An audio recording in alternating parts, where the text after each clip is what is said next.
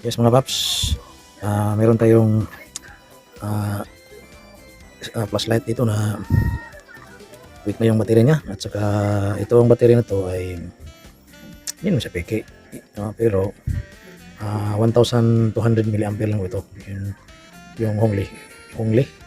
Okay, so ang issue na itong mga DIY ay hindi pa naman siya, goods pa man yung baterya niya. Okay, so meron na tayong lilinisan dito. Itong switch niya kasi magpapatay-patay yung ilaw sa, so ano na natin, tinanggal na natin to. So papalitan na lang natin ang battery. So itong battery ay galing po sa laptop. It is true rated battery. So meron na siyang 1,745 milliampere. True rated po to. So na-assemble ko na itong battery, itong mga DIY, kaso tinanggal ko. So yung makasama niya ito. Yan. So itong battery na to ay dito yan. So dahil tinanggal na natin, papalitan na natin ng battery. So let's go mga DIY. So isasulat natin. So kung makita niyo yung flashlight dito mga DIY, hindi ko alam kung meron ba siyang BMS. So walang BMS. Madasara kung lagyan natin ng BMS to, pero wala eh. So nandito naman yung kanyang charging, yan, port niya. Ito yun. Yan yung charging port niya. So wala itong, so meron lang siyang dalawang resistor, wala siyang BMS. So pansamantala natin ilagay ito, lalagyan natin ito ng BMS. So ito ang ilagay natin, galing to sa laptop mga ka-DIY, galing to sa laptop. So true rated. So ito ang papalit natin. So let's go.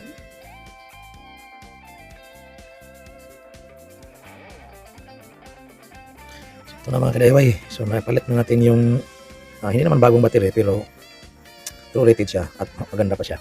So subukan natin na i-switch on. Yan, yung unang on niya, milaw na. Okay, so ita-charge muna natin to. So umilaw na siya. Tapos ginamitan natin ng WD-40 dito nga. So lilinis natin yung switch niya kasi hindi siya nag-on agad sa unang switch. Kaya ayun, okay na. Yan.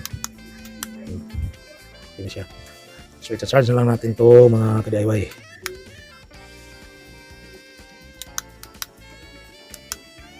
So ito na. So hindi na siya natin maibalik kasi ito na sira na yung mga pin niya.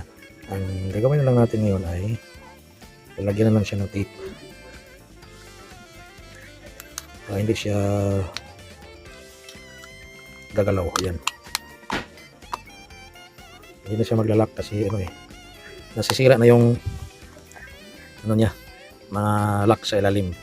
So kung papailawin natin mga ka-DIY, ayan, okay na siya.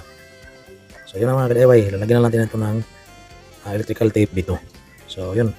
So sa susunod nating video mga ka-DIY ay lalagyan siya natin ng BMS, 1S BMS. So meron tayong, iwan ko kung makasya ba ito ang BMS. Sana makasya, kasi siguro mga ka-DIY yung BMS. So